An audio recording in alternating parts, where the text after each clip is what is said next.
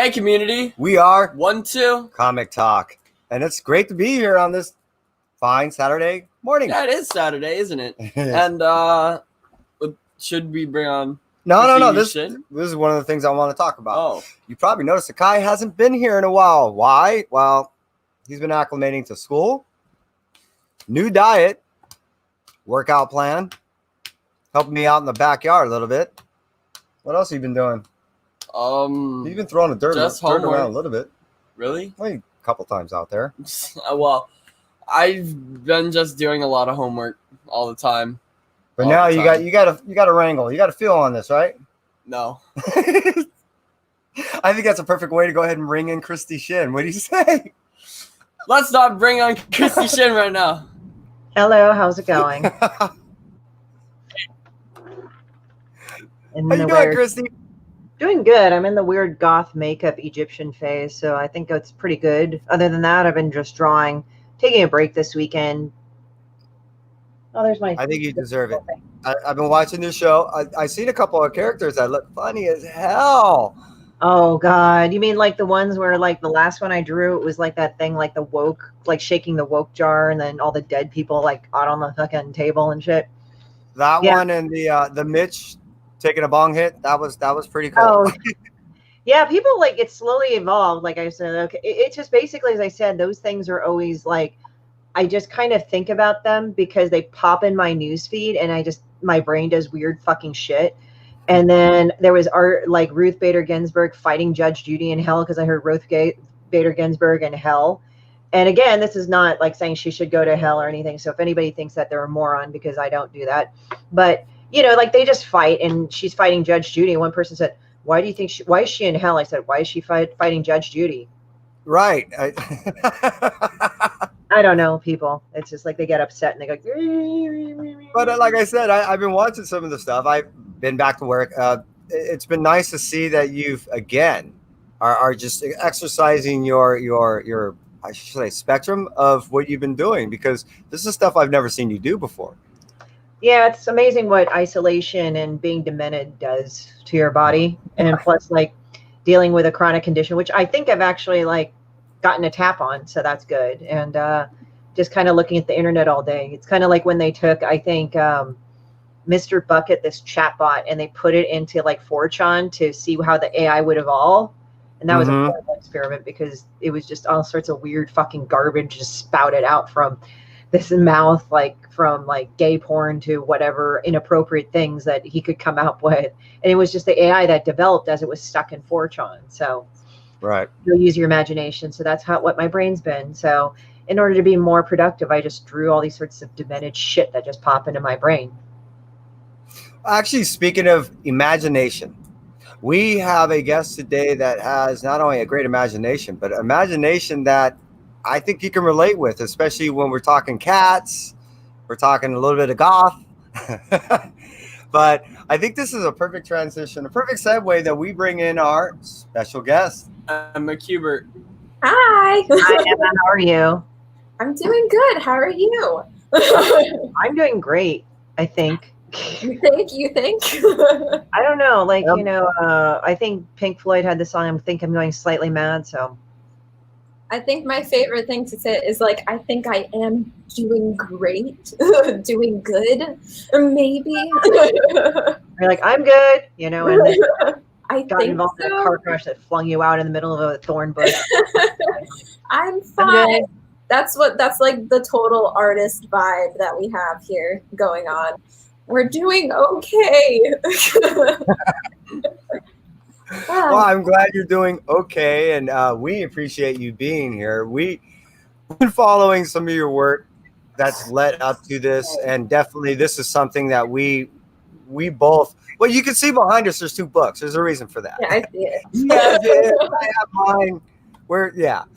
But before we get into all that, first I want to say thank you again for being here. I know we're gonna have a good time and a lot to discuss.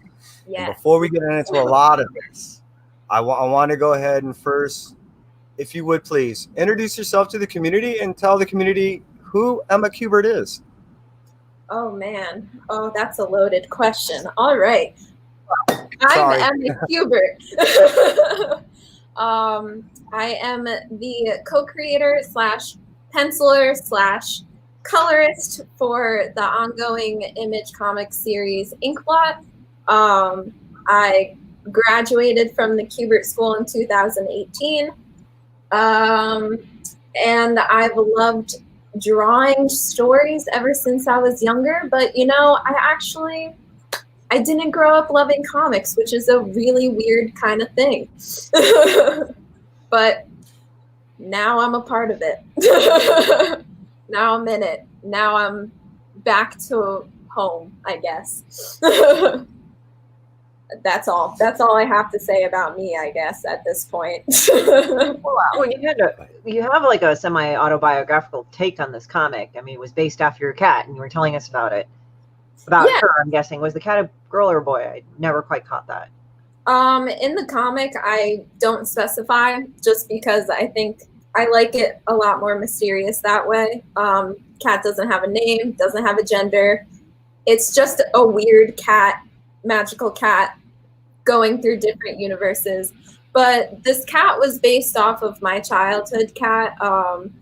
She was my best friend when I was younger, and I think when I was younger, there's a story about how this cat basically came from the woods, and my dad started feeding her, and she just kind of was hooked, and she just started bringing her kittens in because she was a mama cat. And my dad was just like, all right, I guess this is our cat now. So it's kind of like that concept of the cat chooses you and just shows up in your life whenever you need it type of concept. So that always sparked some magical interest that I always thought that cats were like. Yeah, it's kind of funny. Like my ethnicity is Korean, and for a while my mom said a lot of Koreans don't like cat. I mean, it's changed obviously now, but a lot of Koreans, like of her generation and a little bit after, they really didn't like cats because she said they were mysterious, and I'm like, yeah. And this is Rusty and mine, our take on the black cat crossing your path, you know, like that superstition of that unlucky black cat gets into mischief and basically ruins your day type of deal. Well, it's like on a whole other magical scale at this point. It's just like, it also kind of reminds me of, and don't be offended, but like when you were explaining about the comic, it kind of reminds me of Droids. You know how like it shows C-3PO. Do you remember that cartoon? Like it was a random cartoon. I don't. You have to explain it to me. Okay, so the thing, like this was in the early 80s, mid 80s, and this kind of predates. It was a Saturday morning cartoon from what I remember. And I used to watch it. And it was like C-3PO and R2-D2, but before Luke found them. So they basically kind of be like this cat. It sounded like to me. I unfortunately have not had a chance to read Inkblot, and I have a black cat myself, so I guess I think she's shaming me. I don't know. She's asleep. So what it was is that every episode pretty much, except it would probably carry like 2 or 3 from what I remember, but every episode they'd find people, they'd hang out with them, have an adventure, but somehow get separated and then go off an adventure with another group of people. That's actually exactly how we wanted to set it up. I mean, this magical cat can go through different worlds, do anything, and go anywhere. Basically has like these godlike powers, but it's still a cat. It still has the brain of a cat, and it's gonna do whatever a cat wants to do because that's the attitude. So when creating like an ongoing series, it was basically we would take that concept where this cat just wants to do whatever it wants to do, and we just kind of put a story around it with a giant universe and a bunch of different characters interacting with it. But then eventually, you know, what we want to do is we want to make it into a giant universe and build it into something so big and so epic and so fantastic that it's not just about the cat is basically what we're saying. Yeah, the cat looks great because it's just like that's how I always love black cats, because I know we're gonna just nerd out about cats for a little. I'm sorry, I guys. love cats. They're black, but they have these eyeballs that are colored, so they're like, And they just like pierce into your skull when they're staring at you. They're just like, I can see your soul right now, and you're like, you're so cute. their rusty bitch face is hilarious because they're like it's like they don't really have a mouth to give that expression. They're kind of like, I know, it's just the eyes just peering into your soul. That's about it. That's what you got from a black cat. I like the expression is so great. But I mean, that must have been fun, like drawing the expressions on the cat, like it's constantly goggle-eyed, like, but then every so often it does that little like squints and shit like that. That's exactly, we wanted this cat to be exactly how people perceive cats, you know? Like I grew up with a cat. My co-creator Rusty Glad, he grew up with a cat too, and they were very different personality type cats. Like I had a very, you know, very kind, very cuddly type of cat, while he had basically like a sociopath. So it was kind of like combining the two, which is very much like a cat personality type. And that's what we really wanted to portray with the Inkblot cat, that cats are weird and insane, and they're really nice, but also sometimes not. Right. Like they really can do whatever they want. I mean, I think I remember the oatmeal. They talked about how much cats kill for fun. Yeah. Like, yeah, that's pretty much it. Yeah, Like, well, if they were bigger, they would murder us. yeah, I mean, that's the thing. It's like, I think what it is that with people and dogs, now people are going like, oh God, this is a whole fucking pet episode now. But I mean, look, you gotta go and look at the behind the things of the cat. I've actually noticed that if you adopt more of a cat's like idea on life, and you're like, how can those things, like, I have no idea what goes through their minds. It's like precisely that's what I think a lot of cat people, I think they confuse cat people as these introverted, like, don't fucking talk to me ever, I hate you. Oh. No, but when you really, and there are some that are like that, but I mean, like, for the most part, like, dogs aim to please, and that's not really a healthy way how to look at life. I mean, don't get me wrong, I mean, but cats, I notice, they will not allow you to treat them any more than how you treat them, how they treat themselves. So it's like, one guy I know said, I hate my cat, he never like greets me. And it's like, well, what do? Do you play with him? No, I just feed him. It's like, cat knows where he stands. They have this saying, I forget what it is, but it's really just about owning a cat or a dog. It's like, owning a dog, you're learning responsibility, while owning a cat, you're learning respect. And that's really something like that you can learn from that. It's like with cats, you have to respect boundaries, and with dogs, you have to, like, since they are aiming to please, you have to gain responsibility on teaching them and showing them how to do things. I think it kind of makes you learn how to deal better with people, ironically, when you're a cat person, because it's like, people are mercurial, so are cats, you know? Like, my black cat Ink, she loves some of my friends, but with other friends, she just fucking hits them. She's like, fuck off, don't even touch me. I'm like, what's wrong with you? Wow. And then, but I'll tell her she's a bitch though too for doing that. So and then she'll be like, you're the bitch. You know, she just feels like talk them out with their little cat paws. Yeah, like, I mean, I said to her, like, look, you know, I just said to her, and it's weird because they can actually understand you. You know, people go like, oh, well, you can't say that. It's like, no, some cats are pretty smart. Like, I just told her she was a bitch, and I just said, if you don't want them petting you, don't go in front of them and start whoring yourself out. Don't hear them. And then she's like, so I just, yeah. For me, I mostly grew up with really, really nice cats. Like the cats that I grew up with, their personalities, they're very cuddly, and they really just like to be like, just kind of with you, hanging out.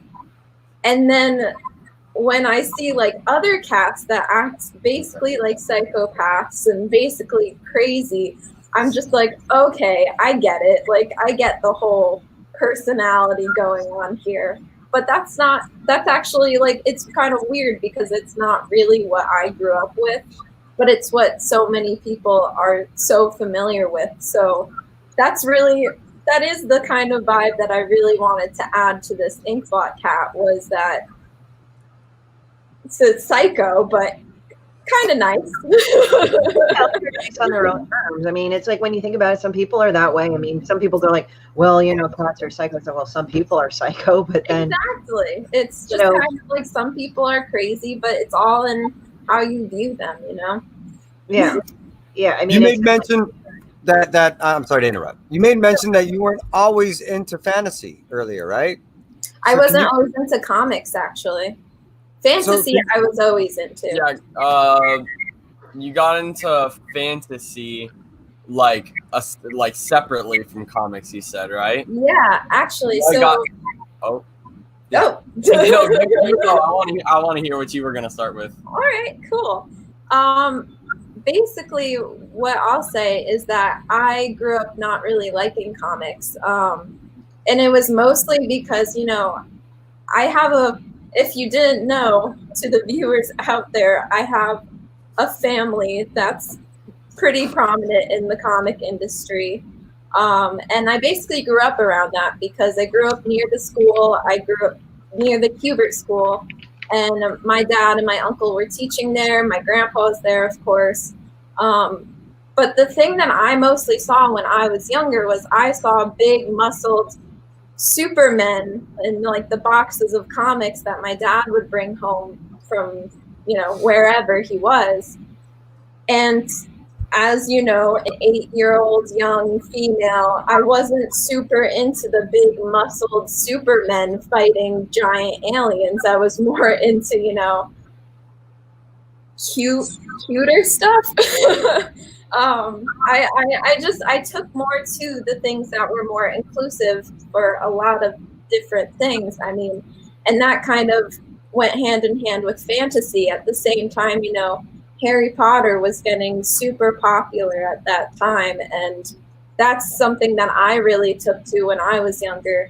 And then I took more to the animated cartoons and TV shows, you know, like Avatar: The Last Airbender, and then later on I took more to like Gravity Falls, that kind of stuff, where I really latched on to the fantasy genre just because that was something that I found a lot more inclusive and just a lot, I just liked it a lot better. And then later on, when I went to, after high school, I went to college, Savannah College of Art and Design for animation. And I found out that animating actually sucks. And I wanted to do it. I was wanting to do that too. And I'm like, okay, animation, I can make my own. Shit, this sucks. Yes. My favorite part was like finishing the thing after, you know, like a week of working on like 30 seconds of animating. And my favorite part was being done with it. And that's kind of how I knew it wasn't for me. But I realized that I really liked the concept art. I liked the storyboarding aspect. I liked the pre-production part of animation. You like the journey. Yeah.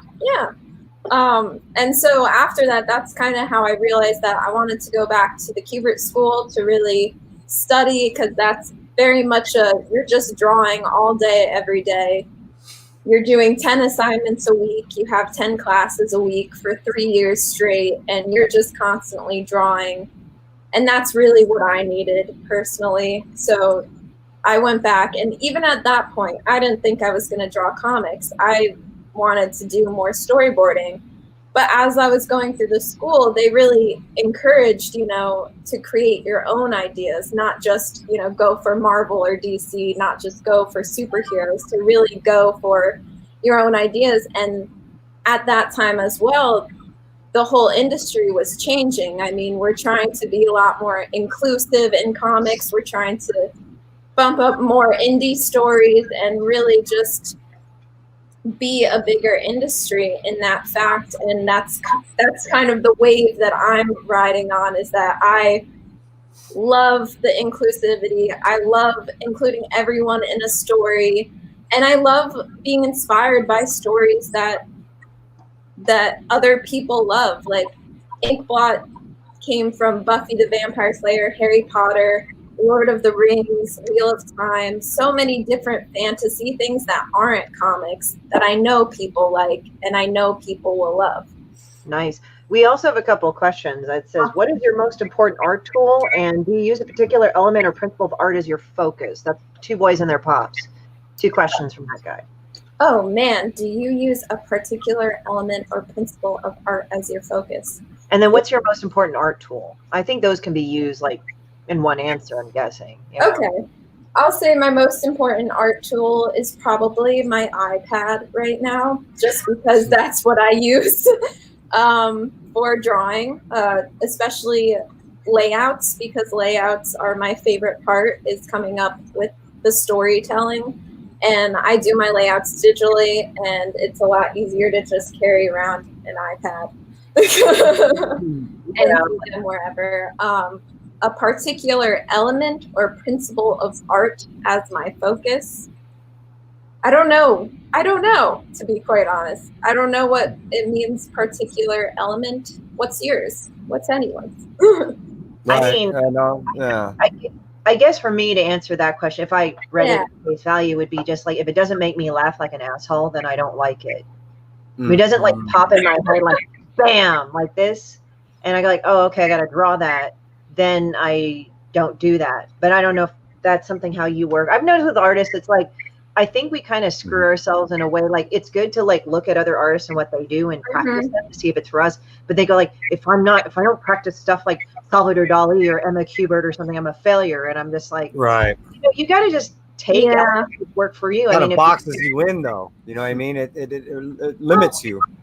I mean, when you look at like people that are good, like that are famous or entrepreneurs or something, or multi-billionaires or something, some of them sleep 4 hours, some of them sleep 12 hours. So it's like, I would say that the most important thing is to make something that my 13-year-old self would read. I think that's the main thing with all the stories that I like to create, is that I like to create them for my younger self. And since I was into all of those different kinds of stories when I was younger, I want to create stories that are similar to that. So I guess to just make it as fun as possible, as silly as possible, as exciting as possible, that's what I've always looked for in a story, is something, a cool fantasy adventure, something cool. Yeah. If I could touch on something, you made mention that you didn't like at the time the idea of drawing like big, bulky, strong characters of that that you kind of grew up with seeing. However, if I may point something out, it seems like to me that you have internalized that to where when you've done characters, you still make them strong. Yeah. But they're not a physical strong. And it seems predominantly, if I can point out, it seems like you like to have a strong female characters that you like to play with. Can you kind of elaborate on that? And please tell me if I'm wrong. Oh, no. I mean, I would say when I was younger, that was just like story-wise. It wasn't something that I was particularly into. I mean, I think I really had to decide that I wanted to be a comic book artist before I could actually appreciate, the superhero genre for really what it is, which is really cool. They're adventure stories, and they're fun, and they're exciting, and that's how they should be. And the characters are the same way. I mean, like, nowadays, I love Superman. Like, he's one of my favorite characters, to be quite honest, and I like drawing him. But I would just say that for me, I take more to the strong female protagonist. And as I said before, it really just dates back to what kind of story do I want to tell my 13-year-old self. I want her to see a strong, silly female protagonist in an epic adventure that doesn't have to just be her falling in love. That's my basic premise, and that's what I've always wanted to see in this type of genre. And that's the kind of story that I think Inkblot is really shaping into be. I mean, it's really turning into something that's just an epic tale for the Seeker, which is the main character. I think this is a perfect place for, if I may ask, if you could bring us up to speed about Inkblot and go ahead and give us for a lack of a better term, a elevator pitch of Inkblot to the community? The elevator pitch. All right. Rusty's a lot better at doing it because he's the one who wrote the solicitation, but Or something to the effect of. I'll just say that Inkblot is about a magical black cat that can go anywhere, do anything, and you are just following this tiny little black cat on these amazing epic adventures where you meet new characters, go to new places, and confront crazy magical creatures. And that's basically the whole overall of Inkblot. But when you start reading Inkblot, you have your narrator, which is the Seeker. And the Seeker is the second oldest sibling of 10 siblings, of a family of 10 children. And they're the first sorcerers to ever conquer the lands, these magical lands. And the Seeker provides the narration for the whole book. So you have the Seeker, who's kind of the protagonist, but you have the cat that you're following this adventure on. And it really just comes together. It comes to blows, even in the first issue, but you can see it as you go along, that you're following a cat, but you're really unraveling a giant story.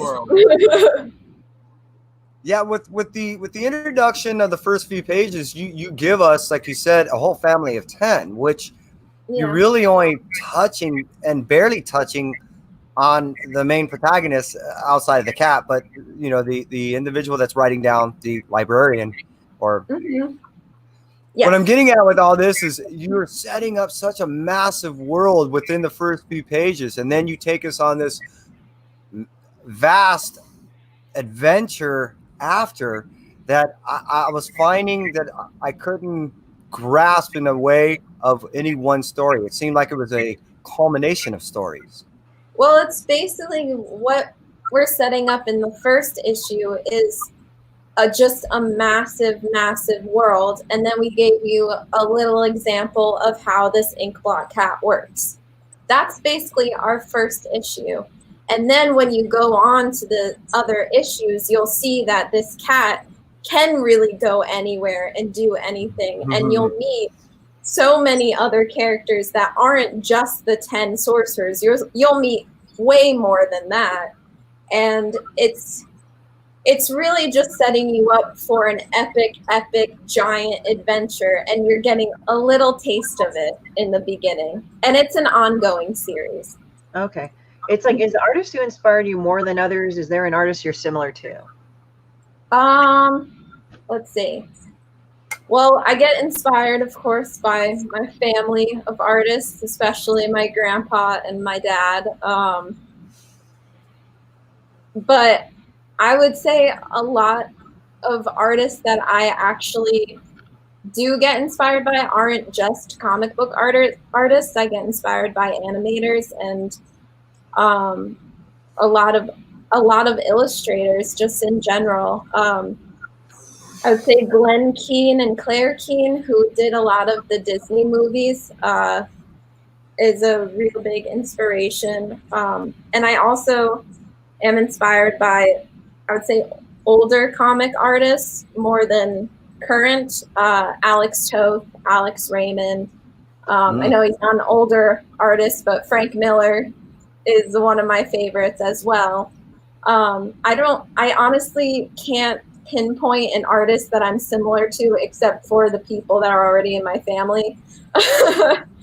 Mostly because I don't think I've seen anything that really looks similar to what I'm doing right now in comics. It just feels like a little different. I would say my art probably looks a little similar to Avatar: The Last Airbender, the actual TV show.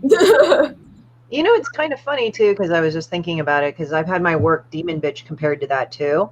But it's sort of like I don't know, I kind of like it when they say I've never seen anything like it, because it sticks out.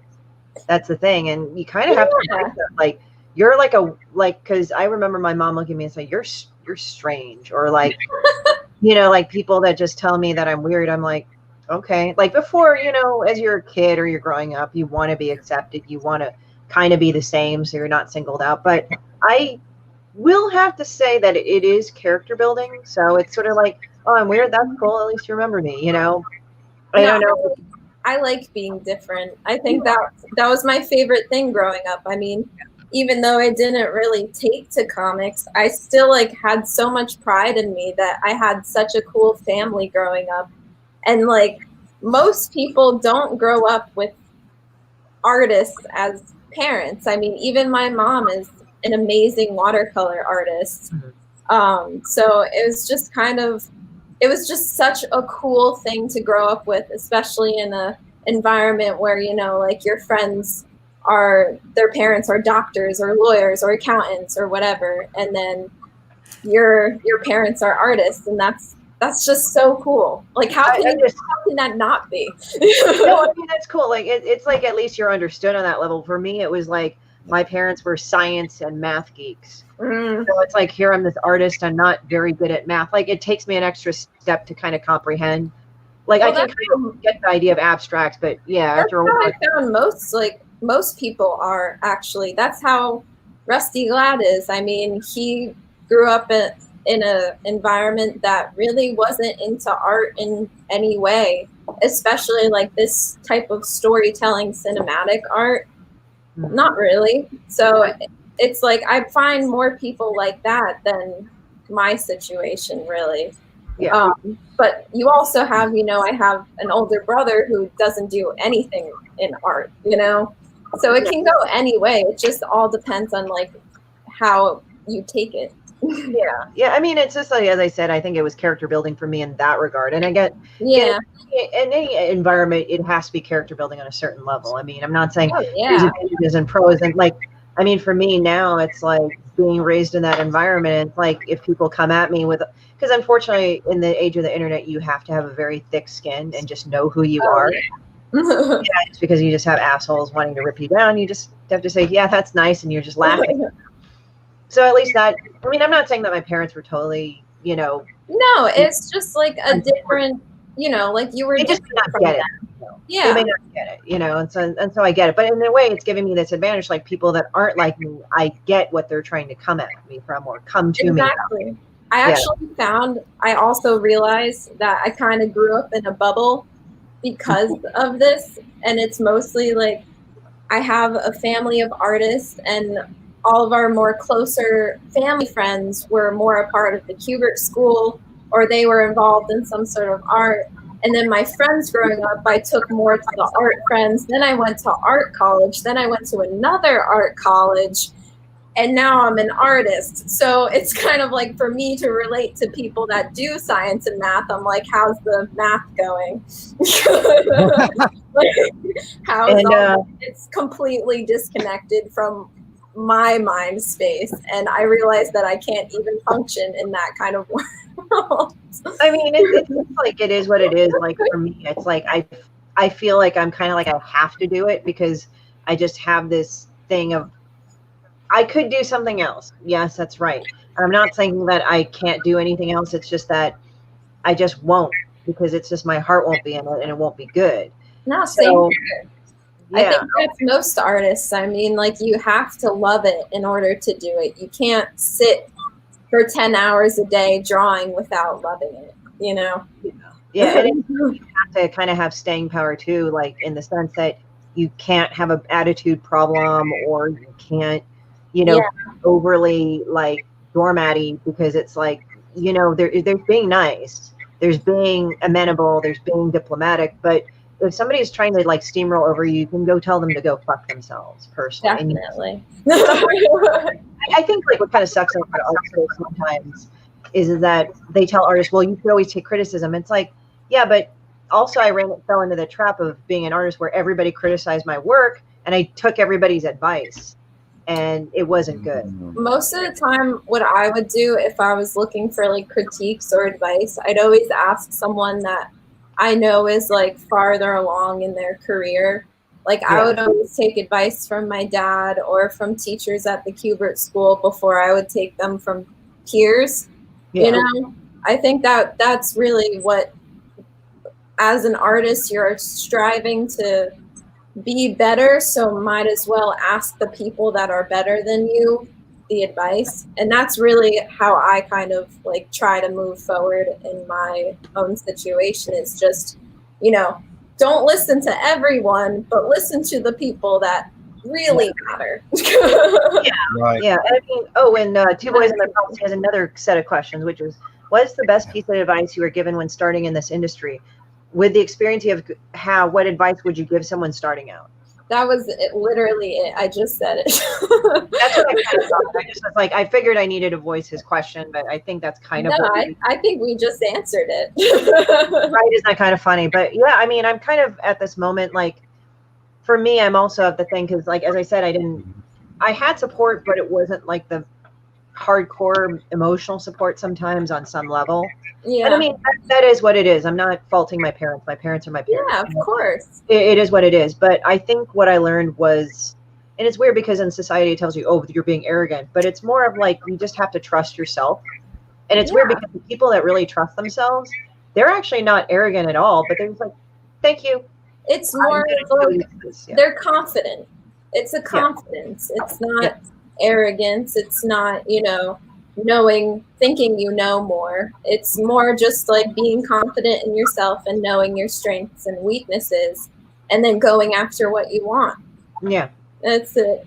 I think that's the main thing on, you know, starting out, especially starting out in this industry. You have to work hard. And I mean, I'm still working hard to really be here, just because I still consider myself in the beginning of my career. I mean, I graduated in 2018 and it's 2020 right now.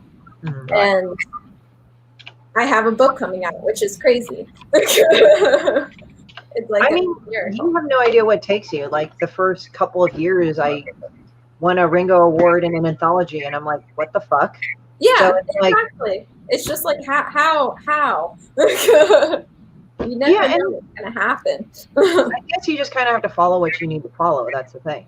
Mm-hmm. And also, especially with the art industry in general, there's not just one way of getting in. Mm-hmm. You know, you have to do what you want to do, and then you'll find your own way.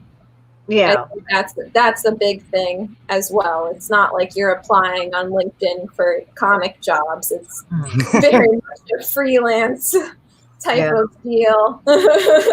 Writing the cocksucking letters of like, yes, will you please hire me? I really like your company and everything.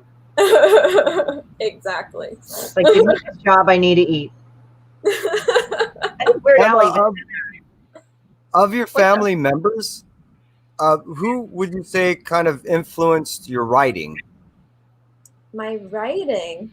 Probably my grandpa. Because my uncle and my dad, I mean, as of right now, they haven't really done any creator-owned stories, and also not as much writing. I mean, they've definitely dabbled, but for my writing, I'm inspired by my grandpa, who has taken to his own, you know, not indie comics, but like doing his own stories as well. But I think the writing part really comes from me, and me and my, like, inspired by all the things that I'm inspired by. I mean, I wouldn't consider myself totally a writer. I'm definitely more visual, and I'm definitely more cinematic than actually writing words. But I honestly don't know. Well, how about the same question? I really don't. Yeah. How about the same question, but in art? So of your family members, who you feel kind of influenced more of your art aspect? Probably definitely my dad. Just because while going through school, I mean, I lived at home, and my dad was teaching me, and so he was there all the time. But also, while he was teaching us at school, he was also drawing Dark Knight 3. And that kind of caused him to really buckle down and learn how Frank Miller like does some storytelling, which is a little different from what he learned, but he really, really grew from that experience. And by him going through that while I was going through school and learning really influenced me. So that's why I really cite Frank Miller as one of my favorite artists. It's because he was a huge influence on me while I was learning comic book art, like going through the motions. So, I mean, them too. I remember I remember as a kid, I was like, when The Dark Knight Returns, I was a kid and we were in Price Club. Now it's Costco, I guess. Books, and they're like, it was a really cool book, but I didn't ask my mom to buy the book. But what was kind of neat is like I would read it and kind of remember certain things on it. I would never buy the book. Then I would go home and I'd try to copy their style. Yeah. And I was a kid, it wasn't like anything like, but it was neat. Like if I could get it close and oh yeah, you know. Yeah. So I think that's what I like about comics too. I think that's like the fun part, is trying to like draw from what you see. There's another question. Do you want each book to stand on its own, or do you enjoy the connections of the stories, building a body of work? I would say both, mostly because the way this ongoing series for Inkblot, especially with Inkblot, I mean, each story is a contained story, but it does connect into a bigger universe. I would say, you know, just in general, I personally like more standalone stories, especially with comics. I think I take more to graphic novels and bigger books. But I think it's really cool when you have like a giant epic story that you've been through like since the beginning, and you're finally seeing connections in all those different types of stories. You're seeing everything come together and you're just so excited because you've been on this journey for so long. And that's really what I want Inkblot to be like. I want people to start from the beginning and really just build up with it and really get excited about it. Yeah, you know, that, to be honest, that's one of the things of fantasy, is that they're always so big and expansive that usually when they end, it's not the ending that's satisfactory. And in fact, you're actually kind of sad when the whole thing comes to a close. Yes. Because you're like, I did it all already? Wait, what? That's exactly how I feel about epic fantasy endings. It's just kind of like you're, you know, you like how it ended, but it is sad because you've been on this giant journey with these characters. Like, you're not just reading this book, you're experiencing it. And that's really what I would want Inkblot to be. That's what the first cover is like, you know, the cat is looking back at you being like, hey, do you want to come on an adventure with me? And you should all be like, yeah. Ship shooting cannonballs at the cat and it just doesn't care. Exactly. It's just like, hey, join.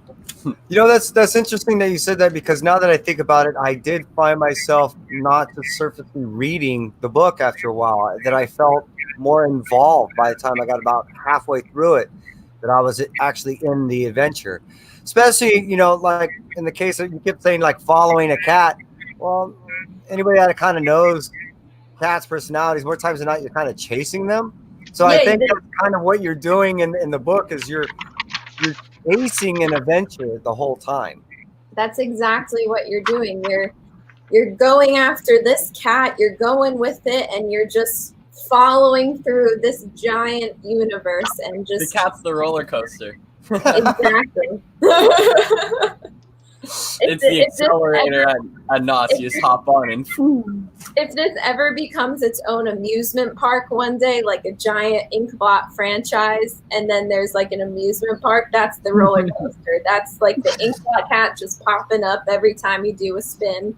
Teacups, everybody's sitting in like cups of ink. Definitely. But you've mentioned Frank Miller.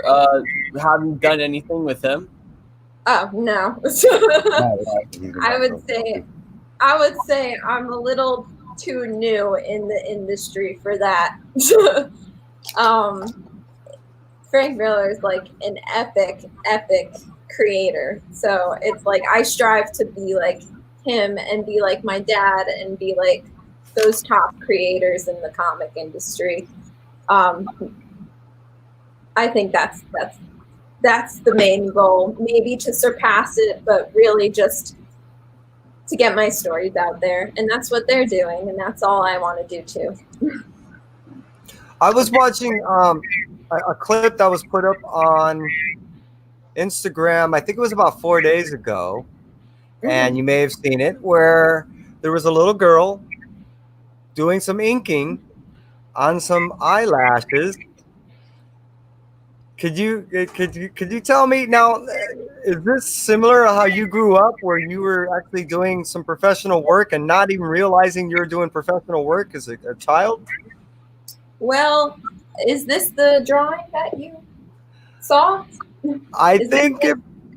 No, it was actually a current work on an X-Men piece. Oh. Yeah.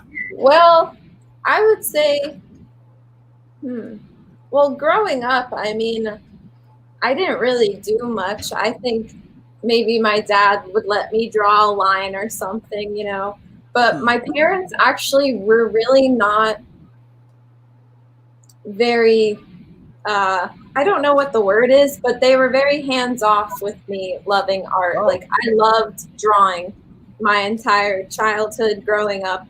I loved art. I didn't necessarily love comics per se, but art was always my number one thing. But they really didn't like involve themselves that much with me loving art. They really just let me come into my own and really figure it out for myself, which is, I think, the best thing you can do when you have like an artsy kid, is just let them do what they want to do, even if you're artists yourselves. I mean, I think it would be kind of tough if I were, you know, like 9 years old and my dad goes, "That hand is wrong. You have to reference it." You know?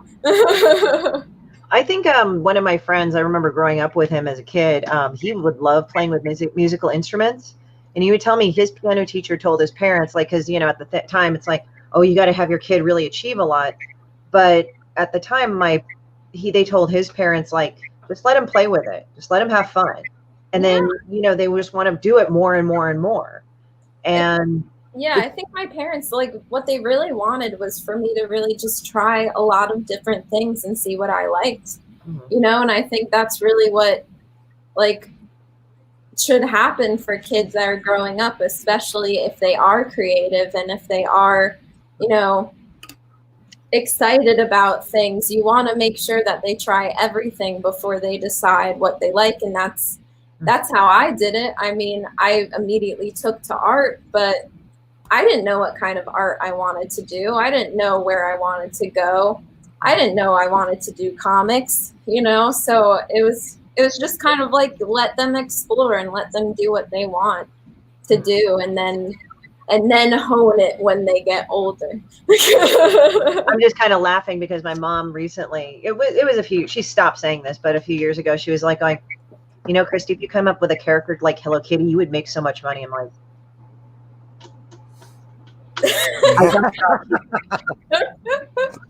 you know, sometimes, you know, like someone will say just like, you could keep doing this and then make a lot of money. And I'm like, find the right people for me to make that money, please. I'm just laughing about it because she thinks like the whole thing of like, oh, make Hello Kitty and stuff. And it's like, I like Hello Kitty, but it's like, it's not my type of character. You know, yeah, it's like they don't know what you're kind of into. Well, I mean, now my mom's just like, yeah, okay. Like I start drawing really disgusting, fucked up things, and she was like, okay. I know it's funny because I draw a lot more like pretty cute things sometimes, and I know Rusty's parents, sometimes they're just like, Rusty will draw something like kind of disgusting and something like that, and they'll be just like, why can't you draw pretty things like Emma? And he's just like, I don't like pretty things. They have a question. Do you write thinking of demands of the reader? I don't. I don't at all, to be quite honest. I don't write with anyone else to please in mind but me. And I think that's kind of the way to do it. Like if you like something, then other people will follow, you know? It's like, I already like things that other people like. I love Harry Potter, Stranger Things, Buffy, all this type of stuff that already has a fandom. So it's kind of like, I know what I create that's similar to that. People will automatically, you know, take to it. And sorry, go on. I think I just think that's cool because, like, I think I've said it before here on this channel, but I think that's really where the best work comes from, is when the artist, the creators are having fun working on the piece, and then basically from there, I'd say just let the people, if it's not for them, then it's not for them. But if they like it, then they're gonna really if they like that kind of thing, they're going to really enjoy like the kind of work. So it's just like fun is being had. Exactly. I mean, the only people that I want to please, you know, is me and Rusty, who are the creators of it. We want to make sure that this is a story that we like, so we know other people will like it. We just have to find that crowd, you know? And it seems like we did. And you made mention of Rusty a few times now. Could you break down your crew that you have assisting you on this project of Inkblot? Yes, I can. So basically, Rusty and I, we got together while in school. We were in the same class, and we graduated together, moved out to California together, lived together, and basically it's just us two creating Inkblot in this little room right here that I'm in. What happens is that I'm the penciler, so I lay out and pencil the 20-page issue. Rusty and I, we actually talk about, you know, the whole overall arc, and then we talk about the individual issue, basically saying maybe a sentence or two about it, maybe writing a Post-it note. And then from that Post-it note, I'll go in and I'll lay out and pencil 20 pages. Then he'll ink it, and then I'll color it. And while he's lettering it, he'll write the dialogue. So the writing is really done. I don't actually write in words. I write with pictures. And that's like the action part. And then Rusty comes in with the whimsical dialogue afterwards. And that's really how we work. I mean, it's really similar to the Marvel method, I guess. And it's not really done very often nowadays with mainstream comics. But Image gives us really the freedom to do that. So I find that it kind of creates a very, very collaborative piece. I mean, like if I inked it myself, it wouldn't look anything like what you guys see, you know? It would be different. So I like the intimate setup. But yeah. Plus, I think it's cool if two people work on it too, because then you kind of get a little bit of flavoring, and it's kind of like if it all works right, then it's like one whole thing, and they're both working in unison. It's basically one whole people, but like working as super together. Right. It's basically, you wouldn't get Inkblot if it wasn't me and Rusty working on it. It's like if it were just me, it wouldn't be Inkblot. If it were just Rusty, it wouldn't be Inkblot. It's really the two of us creating it, and that's what really makes it. I would say we really do play to our strengths as well. I mean, I'm more of a big picture type of thinker and a more like visual type of storyteller, so that's why I'm the one really penciling everything.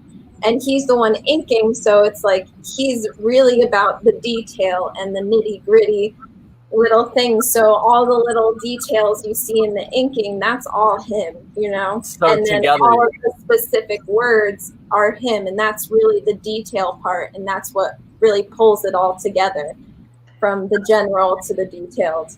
You know, what is that we probably answered this. You probably already answered this question.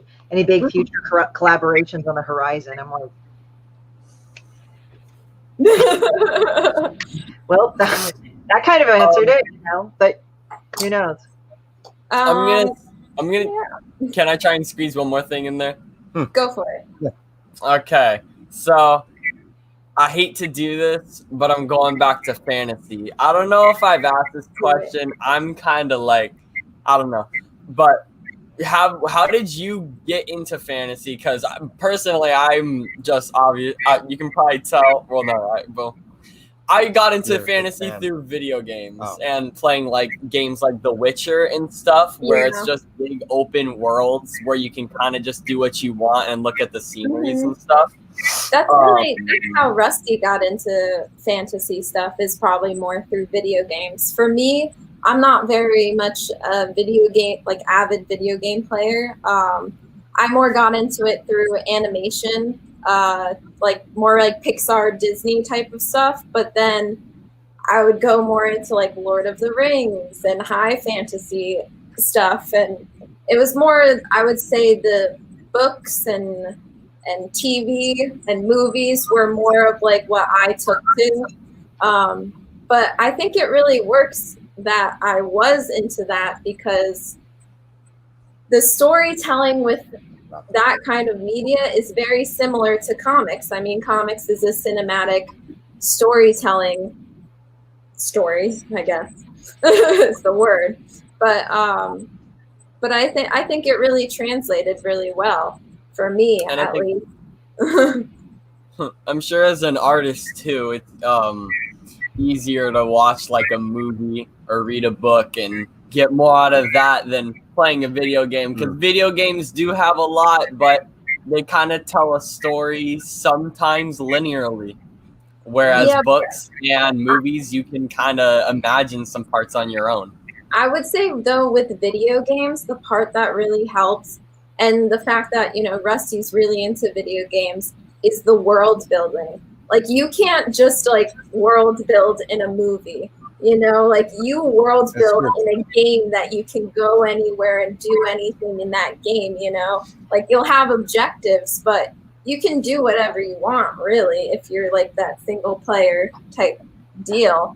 So I think having that, like, that background for Rusty with like the world building, and then having the background for me with like the storytelling through the movies and the books, became a comic. Nice. It works together really well. I'm just kind of laughing because when you were talking about world building, and I just remember this because I used to watch a lot of YouTubers play video games, and one of them played Uncharted, right? And are you familiar with the character Nathan Drake? I'm not, but continue. But there's the game. Okay, I don't really play it. It's just funny because I remember one YouTube person ranting about Nathan Drake. He said he is the most average fucking hero ever in video games. He's just like a brown-haired white guy, kind of looks like Indiana Jones, but kind of doesn't. And he just looks like some guy. I'm just laughing my ass off. So when you're talking about world building, that just thing came in my head. Like, he's the most average motherfucker on the planet. Like, he's like, oh, man. I sometimes think about that too, that a lot of, you know, universes have just very average heroes. Like, if you actually see Harry Potter, he's just a modest, humble boy who's just thrown into this magical world, who gets angry because he's great. He's like, why? You know? Worshipping Harry. He's like, I'm just it's like he's just an average Joe, and that's the same with like a lot of these fantasy stuff. And it's because these worlds are so giant and weird that you have to have a character that's just kind of like taking it in. I mean, you know who I think is actually kind of average in a way too, like in comics? Cyclops. It's like, yes. He's not really anything. Like there are other more powerful mutants other than him, or kind of more interesting. But it's like, I love Jean Grey. I love her, and I'm the leader of the X-Men, and that's all I do. And like, when I think about it, like, you know, he's the most average motherfucker on the planet. Yeah, he's just kind of boring. Yeah. Crying if something happens to Jean Grey, and like, But it's like the reason why a lot of heroes are like that is because, you know, you have to counteract it with something totally different. And then you have like the villains who are just weird, batshit crazy. And it's like, like that's what creates that conflict. You know, you have Harry Potter versus Voldemort, which is a tall snake man who's trying to kill this average boy. Man, like we're gonna go do a community watch on your ass, like CDC and no, not CDC, sorry, CPS involved. Shit, you know. It's like, yeah, it's just like it really is like, you know, when we're talking about the most average heroes that are kind of like touted as like the most highest, it's like Cyclops is one average motherfucker. I just realized, like, Luke was kind of powerful because he was of the Skywalker lineage in Star Wars, but he was kind of like. I always thought Luke was average too. I thought he was whiny as well. Yeah, until a couple parts got chopped off, and he's like, oh, okay, maybe my previous life wasn't so bad, you know. Yeah. But then I actually liked Han better. Han was good. Han is cool, but that's what I'm saying is that like you always have to have like for a main character, you have to have the person who's opposing them to be kind of opposite. So what I think is cool. I'm just going to bring it back to Inkblot and how I thought about the character of the Seeker was that the Seeker is a woman of science who knows all, and she knows all the magical history. And then you have this one little magical black cat that just randomly comes into her life. And it's the most chaotic creature she's ever met. And she's like all about organization and her library and just, you know, knowing everything. And then you have just this one thing that she just doesn't know. And it's the most bothersome thing that she could ever imagine to ever happen to her. That sounds like, I was like going to say, that sounds like Dr. Coco of Creaming Heroes. Like she does these little voices and goes like, I should send you that link through Facebook. I hit you on Facebook, so I should send it to you. It's just like, what? You know? Definitely. But I think it's always interesting when you have like characters in opposition, but I think with the boring characters, you gotta have an interesting villain with it. You got Batman and you got the Joker, you know. Yeah, like the Joker, it's kind of like he's just this id. But then I have yet to see Punchline, so that'll be interesting with Punchline. That's true. I am interested in this new character that they're creating, but we'll see. Yeah. Speaking of new characters, and so your new character, your new book, it's gonna take a lot of demanding work, a lot of time. So I assume that you don't have any other projects other than this one because this is taking a lot of you, right? Well, I actually have another project that's coming up that we're launching on Kickstarter. It's called Foundlings, and it's gonna be.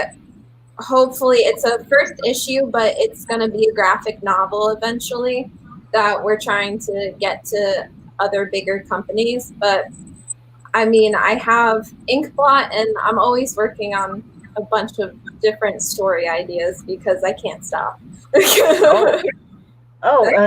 Somebody once said, two boys and their pups, when you begin your stories, is it important to start out loose or do you impose stricter writing, so less editing? I always start out loose. I can't start strict writing. I think it's really difficult to write very strictly. I have to like almost vomit on a page of words and then make something of it and then edit it more and more down just so that like I can I'm the person that makes, 4, 5, 6 different drafts of writing. Like I can't just write good the first time. It sounds like to me we're gonna have to invite you back for this Kickstarter. We're gonna have to talk more about this Kickstarter. Oh yeah, definitely. And what is it called again? It kind of bugged out for a little bit. It was what was the? It's called the Foundlings. Foundlings. Okay. And we can talk about it more. Yeah, I would love for you to come back on the show, and I would love to break down that all together. Oh, I would love to. So what I would like to first make mention, because I like to wrap down, is This Inkblot story is great. I highly recommend it to everyone. As I evaluate, if I was to kind of break it down, I would say it's a tween to all ages book. You know what I mean? I wouldn't say it's just a all ages book because I have the feeling it's going to start getting heavy down the way. So I would recommend a tween on up. Also, this book is a wonderful fantasy. I think it's going to hit you in a way that you won't expect because the first introduction will set something up that you will not expect as you go through this journey. You'll end up finding that you're holding on as you're reading through this adventure. And if you own a cat, I think you can really relate. Emma, is there anything I may have missed in that evaluation? And people will find links below to all of her social media. So please check this stuff out. But is there anything I missed, Emma? No, I think you definitely covered it very well. I mean, you covered it better than I could. It's so big. I don't know about that. When I was really highly anticipating this story, and when I first got to a couple pages, even though I thought I had an understanding of what I was expecting, you shattered those expectations by exceeding them. So I want you to tell the other half in which that you're developing this with that, please, one, keep maintaining what you guys doing, and two, don't change a thing. Just keep going. Will do. We have all of our story to tell, which is huge. So we want to be able to keep telling it. And I hope you guys read issue 1 and go on to issue 2, 3, 4, 5, 6, trade 7, 8, 9, whatever. Most definitely. I think we're good. Yes, Kai? Yeah, from us. 1, 2, comic talk. 1, 2. Comic talk. There we go. We're out. Thank you very much. Bye, guys. Bye. Bye. Stay with us, Emma.